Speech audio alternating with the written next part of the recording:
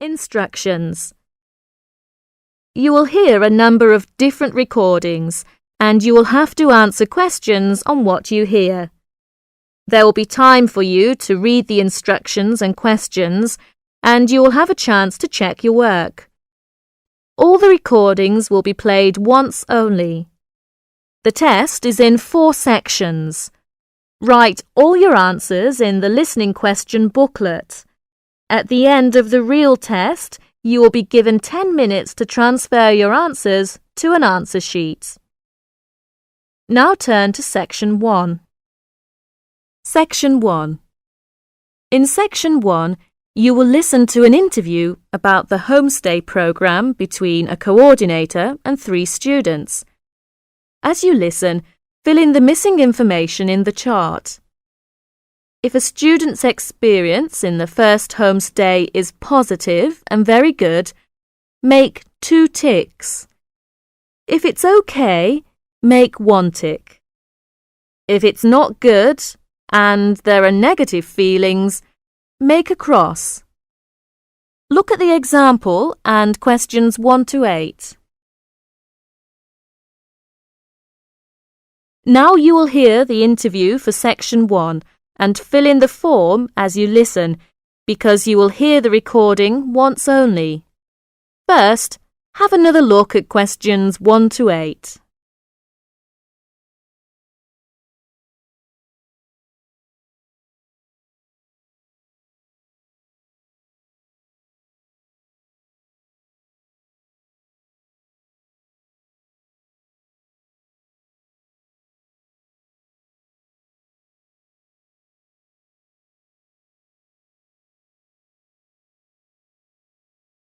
Now you will hear the interview.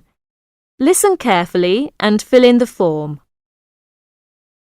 Hi, Fumi. Come in. How are things? OK. Hi, Linda and Ali. How are you? Fine, thanks. Well, as I explained on the telephone, I'm a coordinator of the homestay program here at the Student Services section of the university, and I'm doing a survey on host families to help me draw up a guide for new students. So I'd be grateful if you could tell me about your own experience on the homestay program. Right. Good idea. Now, Fumi, let's start with you, OK? How long have you been staying with your host family? It's about 3 months now since I came from Japan. What do you like about your host family? Oh, they're very nice to me and give me freedom to do what I want. I feel quite safe there, just like at home. Do you like the food there? Yes, I love Canadian food. I always want to try new things. It sounds good. Is your experience a positive one for the homestay program? Yes, I think this homestay program is very good, and it really provides an opportunity for cultural exchange between Canadians and international students. Thank you, Fumi. We'll come back to you in a minute. Linda, I'd like to ask you some questions. You have been here for about 1.5 years, is that right? Actually, it's about 2 years since I left Beijing in 2003. What do you think about the program? The homestay program? The program itself is quite good, but it really depends on the individual host family. My first host family was quite a nice family, especially the first 2 weeks.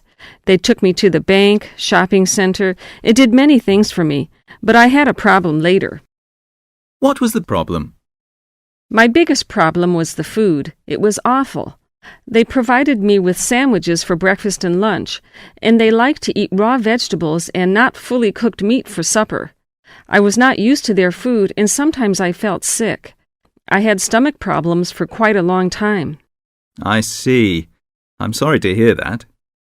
So, after 3 months, I moved out, and now I live with 2 other students in a student house. Well, Linda, if the food was changed to what you like, would you stay in that family? Sure, I would. I see. What about you, Ali? You come from Japan? No, I come from Korea. I'm sorry. Ali, how long have you been in Canada? About 8 months. Do you enjoy staying here? Yes, it's a nice place and a very good college. What do you think about the homestay program? I quite agree with Linda. The program is good. The host family is different, and if you're lucky, you may get a good one. But the first one I stayed with was really terrible. Oh, I'm sorry to hear that. Could you tell me a little more about it? Yes, my first host parents seemed very busy. They usually came back home at about 10 in the evening, so I would be hungry until they came back. Did they leave some food for you when they came back late? No, never. They didn't. They didn't allow me to cook in the kitchen, which was a house rule. That's odd. What about your room? Was it comfortable? No, it wasn't. I'd say it was awful. Their dogs often slept in my bed. I complained quite a bit about the dogs, but they weren't sorry that the dogs were in my room because my room used to be their dog's room. I'm very sorry to hear that. Did you tell this to anyone in the office? Yes, I did. So I was moved out and changed to the host family where I stay now. Are you happy with the new host family now? Yes, I'm very happy now. They're nice and very considerate and often help me with my homework. How about the food? It's good and often served on time. Good for you. Thank you very much.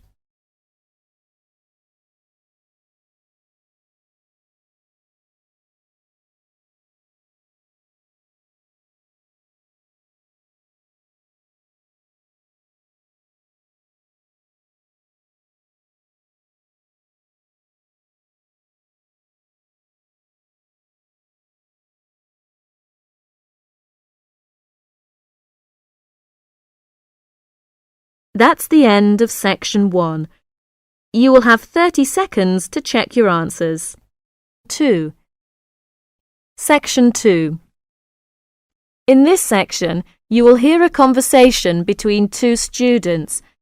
As you listen to the conversation, fill in the gaps numbered 9 to 15 and answer questions 16 to 20 by writing a T if the information is true, an F if the information is false, and an N if the information is not given. First, look at questions 9 to 20.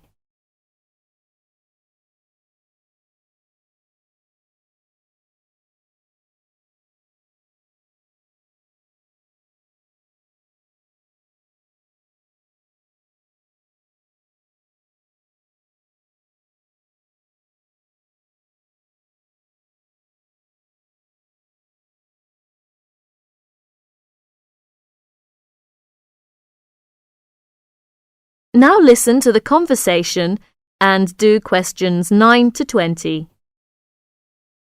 Hi, Marty. What did you think of the lecture? It was really good.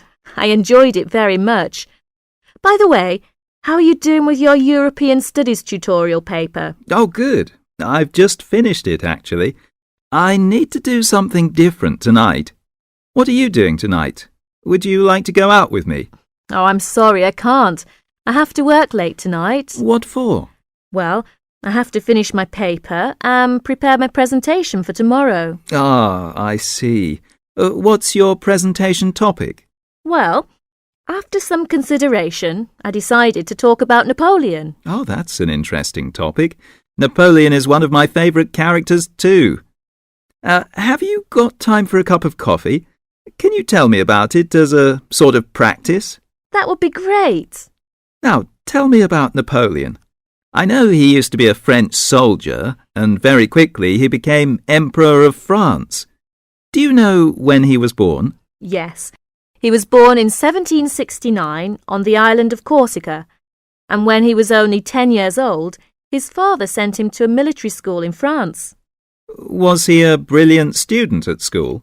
No, he wasn't, but he excelled in mathematics and military science.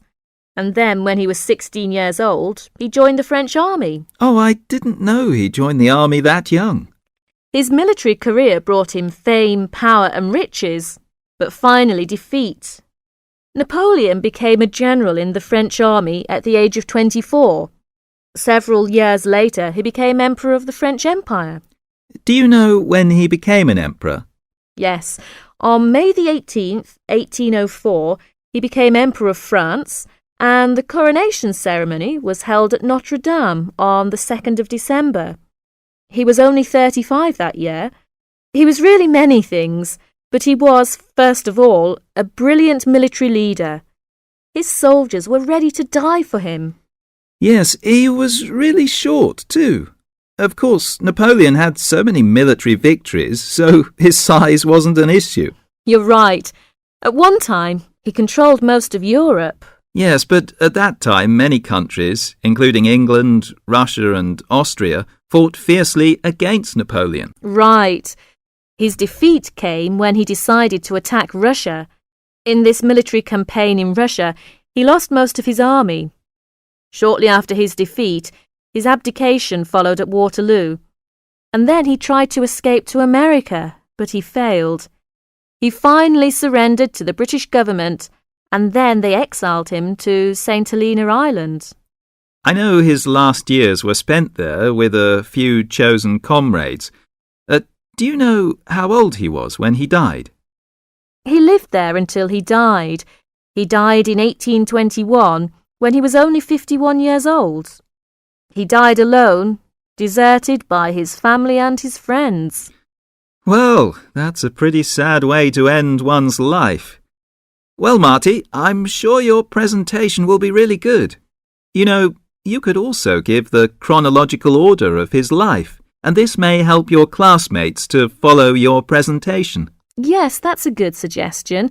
Thank you, Tom. You're welcome. I have to go now. I have another lecture to attend. Good luck. Thank you. You've been really great help. I'm sorry that I can't come out with you this evening, but have a nice time. Bye. Bye.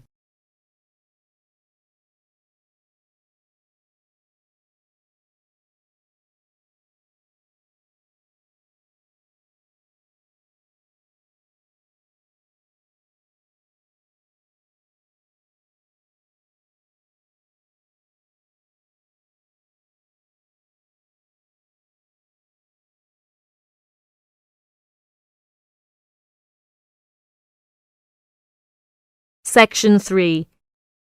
In Section 3, you will hear a talk on ocean spills. As you listen to the talk, circle the appropriate letter for questions 21 to 23 and complete the statements numbered 24 to 30 by writing no more than 3 words in the spaces provided. First, you'll have some time to look at questions 21 to 30.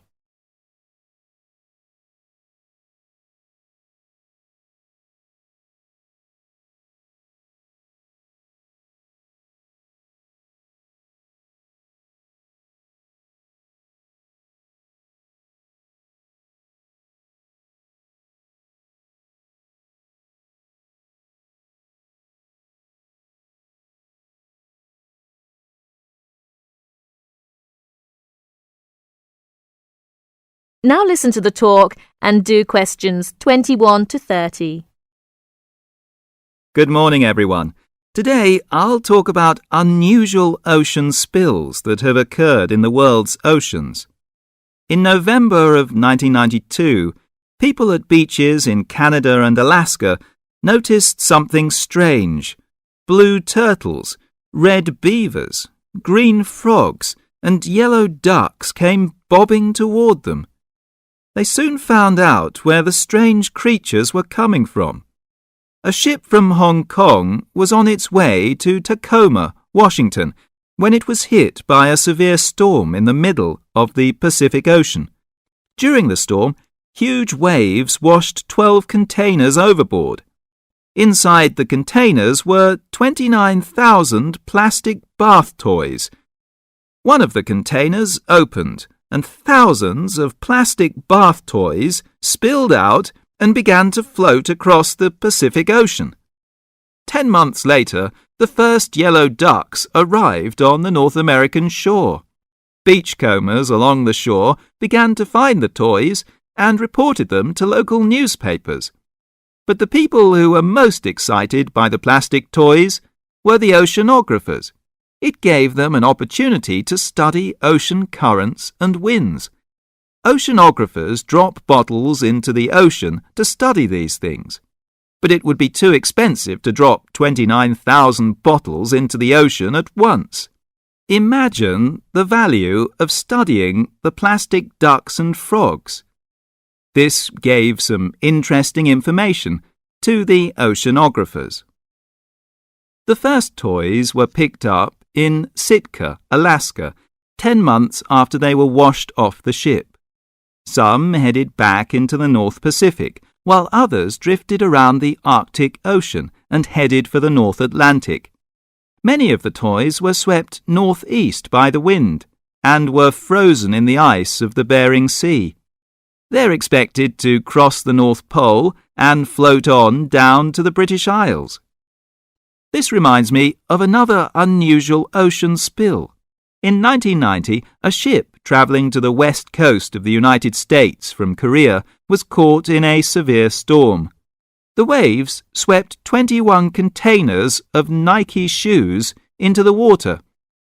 Scientists estimate that about 80,000 running, jogging and hiking shoes, 40,000 pairs of shoes, to you and me, hit the water at once. The shoes were for men, women and children. About 6 months later, people at beaches from Oregon to British Columbia began to find running shoes washed ashore. By the end of the year, Washington newspapers reported people finding hundreds of shoes. In Seattle, thousands of shoes floated to shore. Since the shoes were not attached, they arrived one at a time. The shoes were dirty, but after they were washed, they were still in good condition. People set up exchanges to find matches for their shoes. Oceanographers studied the information to learn more about the ocean. Some Nike shoes reached Hawaii, others went to the Philippines and Japan. According to the scientists, some of the shoes are on a trip around the world and should end up back in Washington and Oregon. Can you believe it? Many pairs of running shoes, as well as plastic ducks and frogs, are still on their ocean journey. So if you go to a beach anywhere in the world, don't be surprised if you see a green plastic frog or a woman's size 7 jogging shoe bobbing toward you. So keep your eyes out so you may find free bath toys and even a new pair of shoes. Thank you for attending my lecture. That is the end of section 3.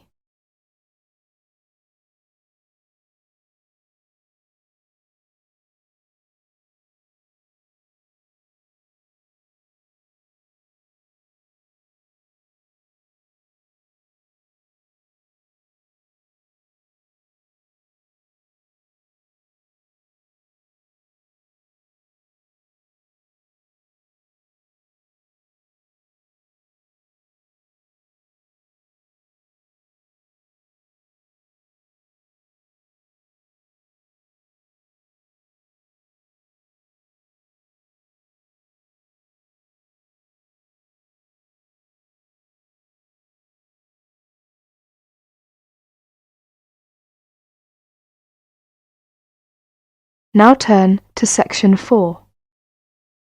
Section 4.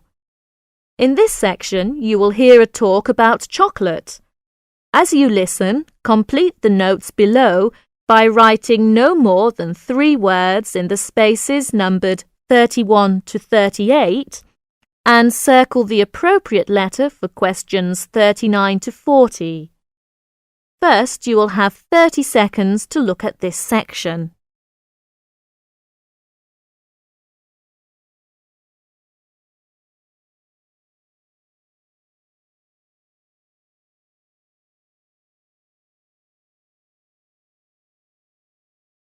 Now listen to the talk and do questions 31 to 40.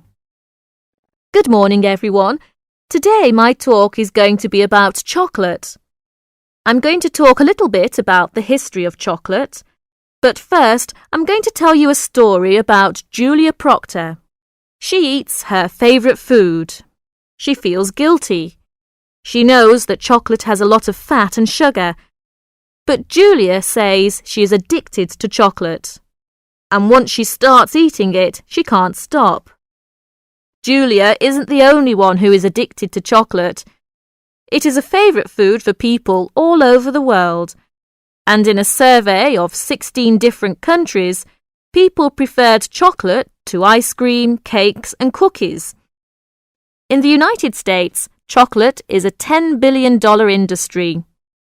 For Valentine's Day, for example, people spend over $400 million on chocolate. The idea of eating chocolate didn't begin until the 19th century. Before that, people drank chocolate.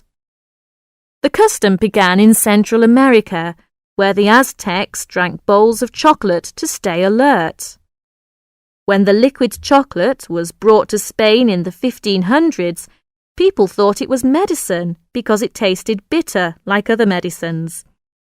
In fact, the people who made chocolate into drinks were either druggists or doctors.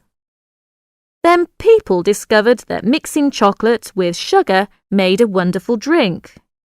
King Ferdinand of Spain loved this drink so much that he put out an order.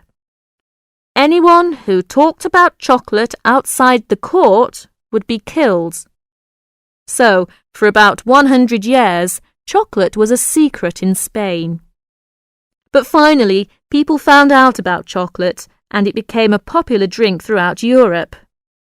In the 1800s, a British chocolate maker discovered a way to make chocolate smooth and velvety. Then the Swiss added milk to the chocolate.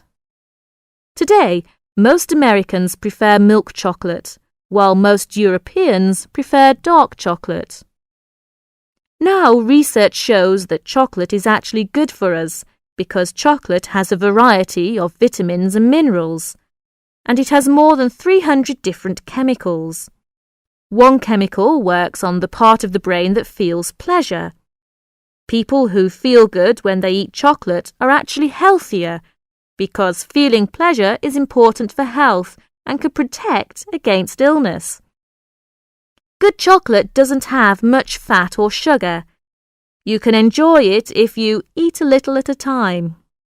So, thinking about Julia Proctor, who I mentioned at the beginning, if you just eat a little at a time, that isn't a big problem. That's the end of my talk on chocolate. That's the end of section 4. You will have 30 seconds to check your answers.